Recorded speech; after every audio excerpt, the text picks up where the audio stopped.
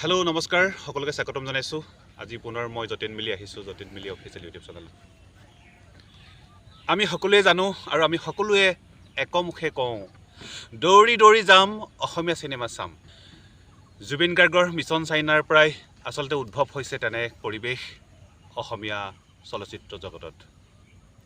আমি সকলোৱে জানো অসমীয়া চলচ্চিত্ৰ জগতৰ এটা অনুষ্ঠানৰ নাম সকলোৰে শ্ৰদ্ধাৰ স্নেহভাজন মুনীন বৰুৱা ছাৰ। কি ক'বা ভাইমন দাক লৈ?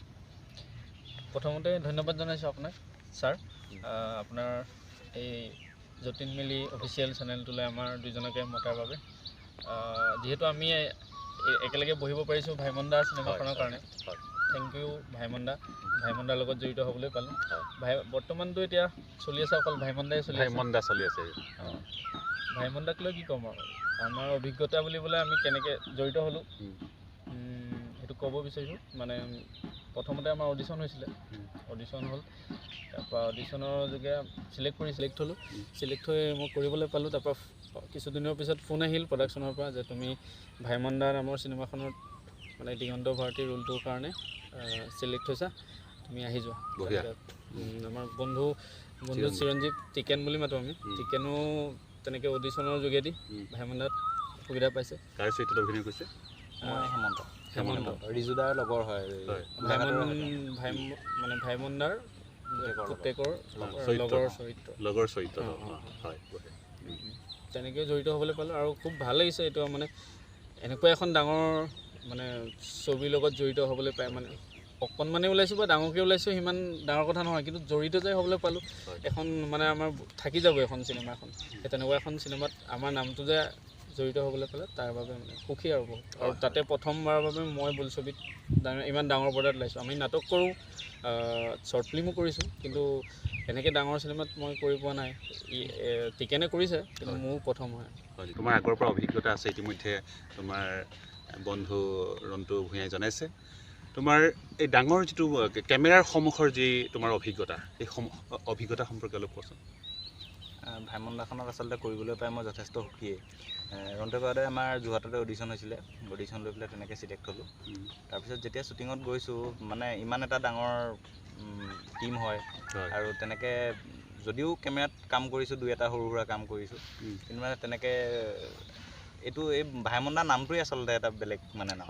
মানে সেইখন চিনেমাৰ বিষয়ে সেই তেওঁ ব্যক্তিত্বৰ বিষয়ে জনাৰ পিছত যেতিয়া আমাক তেওঁৰ কাহিনীটো কৈছে, সেই জনাৰ পিছত তাৰ মাজত সোমাব, কাৰণ সেই চৰিত্ৰটো হয় মই, সেই চৰিত্ৰটো ৰিয়েলি আছে।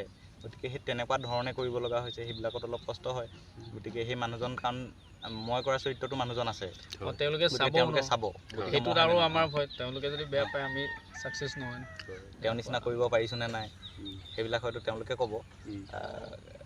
চৰিত্ৰটো সৰু, কিন্তু কৰি যথেষ্ট ভাল লাগিলে। আৰু তিয়কৰ অকল আমি দুজনেই নহয়, তিয়কত আৰু আছে, মানে আমাৰ লগৰ চৌমাৰ আছে, তাৰপৰা কাকৰজানৰ কাব্যশ্ৰী আছে, আৰু তিয়কৰ এজন আমাৰ পুৰণা অভিনেতা, তেওঁ গুৱাহাটীতে থাকে, শ্ৰীকৃষ্ণ বৰুৱা ছাৰ, তেওঁ ঘৰ সোণাৰী গাঁও, নপমা গাঁৱত, অহিংসাক চিনি পায়, তেখেত আছে। আৰু বনাই এজন আছে NSDN, পাৰ্থ দা তেখেতৰ নাম। আৰু আমাৰ তিয়কৰে আৰু এগৰাকী আছে, ৰূপাংকৰ দাৰ ভনীয়েক।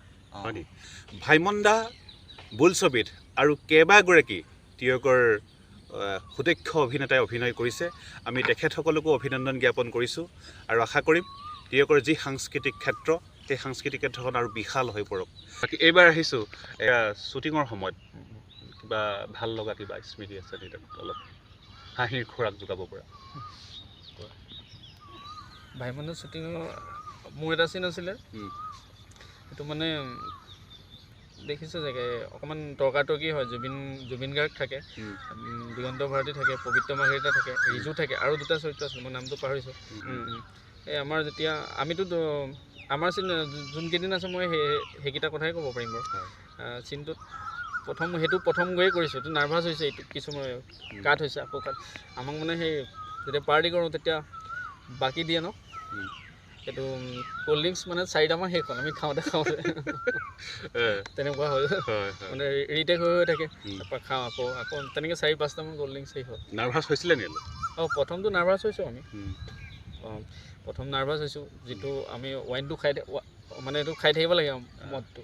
তাৰপিছত আকৌ কাঠ হয় আকৌ বাকে আকৌ খাব লাগে তেনেকুৱা সেইটো অকণ জমনি হৈছিলে বহুত খাই দিলোঁ হয় বহুত মানে বাকী চিৰঞ্জীৱ কোৱা ভাল লগা মোৰ ভাল গোটেই লগা টীমৰ মাজত যথেষ্ট বহুতেই আছে বাৰু ভাল লগা মানে এটা মই তেতিয়া কাকো চিনি নাপাওঁ মানে তেনেকৈ কোনে কি লৈছে কি কেৰেক্টাৰ কৰিছে একো গম নাপাওঁ খালি নামটো জানো যে ভাইমন দা আৰু ভাইমন দা কোনে লৈছে তেতিয়ালৈকে ৰিভিল হোৱা নাই মানে আমি গম নাপাওঁ আৰু গ্ৰুপে চুপেও তেনেকৈ দিয়া নাই যে আমুকে আমুক লৈছে তামুকে তামুক লৈছে তাৰপৰা তেতিয়া মই গৈ পেলাই তেতিয়া মোৰ লগৰ এজন আছে অভিজিত তাত এছিষ্টেণ্ট হিচাপে কাম কৰি আছিলে তাৰপৰা তেওঁৰ লগতে মই চিনাকি আৰু তেওঁৰ লগতে যি কথা পাতিব লগা আছে তেওঁৰ লগতে পাতোঁ আৰু তেনেকৈ ধেমালি ধুমলাও কৰি থাকোঁ তাৰপিছত এই শ্বুটিঙত গৈ পেলাই তাতে বহি আছোঁ মই মেকআপ চেকআপ ল'লোঁ আৰু মই কাৰ লগত শ্বুটিং আছে কি আছে একোতো গম নাপাওঁ মানে জাষ্ট স্ক্ৰিপ্টটো মোক আগতে দিছে সেইটো দিছে যিকেইটা নাম পাইছোঁ সেইকেইজনে পাইছোঁ আৰু তাৰপৰা বহি আছোঁ বহি পেলাই তাৰপিছত মোৰ জানিবলৈ মন যায় ন ভাইমন দানো কোনে লৈছে তেনেকৈ তাৰপিছত বন্দীপ দাৰ ছাইডতে বহি আছে টুপি এটা পিন্ধি কাৰণ বন্দীপ দাৰ চুলিটো এনেকৈ খুৱাই থোৱা আছে সেইকাৰণে টুপিটো পিন্ধি থাকে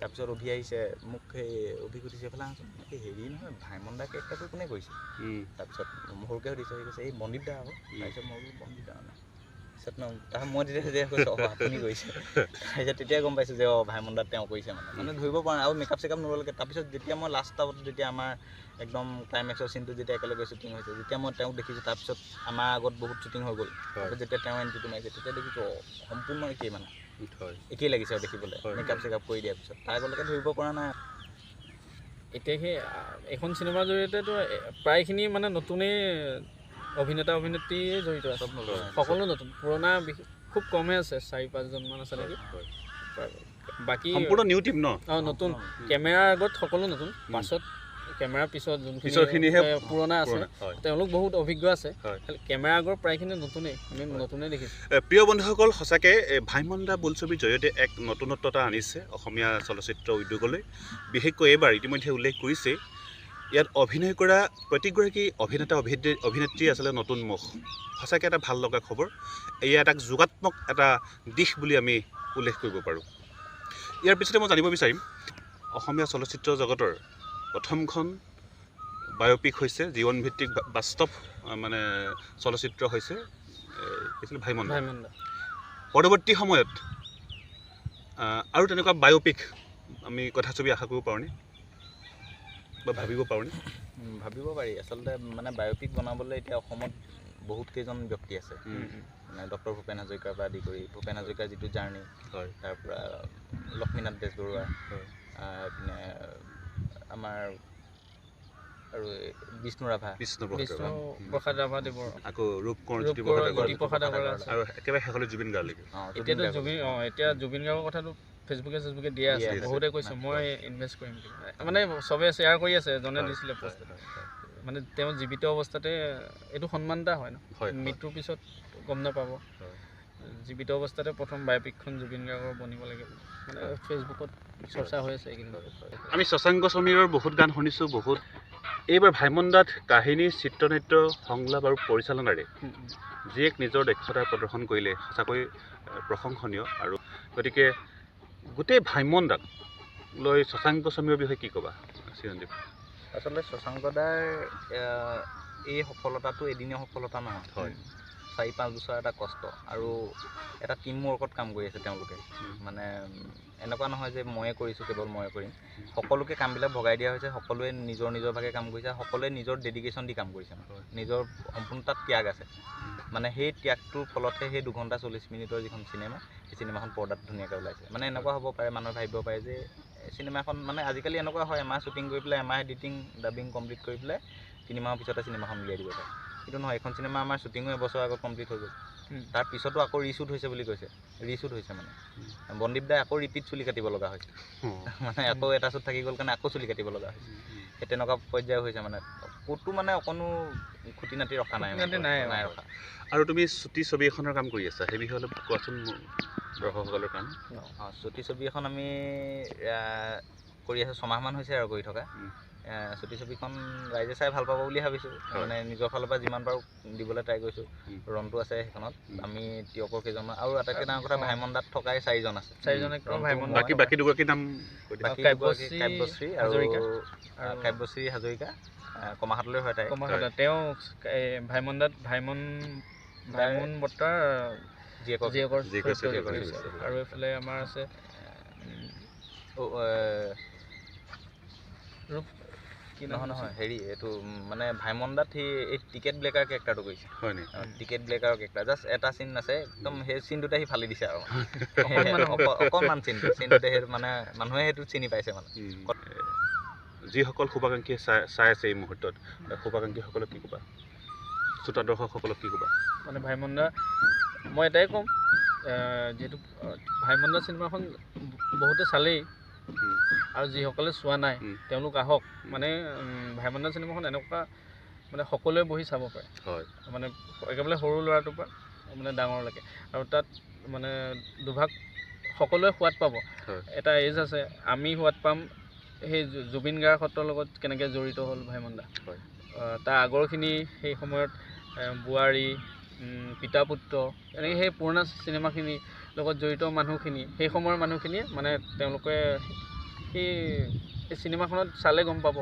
কেনেকৈ মানে সেই চিনেমাখনত ময়ো আছোঁ যেন টিকেট কাটিবলৈ যে যায় বোৱাৰীৰ সময়ত এই হাউচফুল সেই তাৰ মাজত যদি চাই থাকে সেই সময়ত কোনোবাই যদি চাইছে সেই টিকেট কটাৰ মাজৰে যায় ময়ো তেনেকুৱা ফিল এটা কৰিব আৰু মানে নতুনখিনি আৰু পুৰণাখিনি পূৰা মানে ছবিখন চাই থাকিলে এটা মুহূৰ্ত লাগিব ইয়াত মই জড়িত আছোঁ সেই দৰ্শকৰ মাজত ময়ো আছোঁ এখন চিনেমাখন চালেই গম পাব আপুনি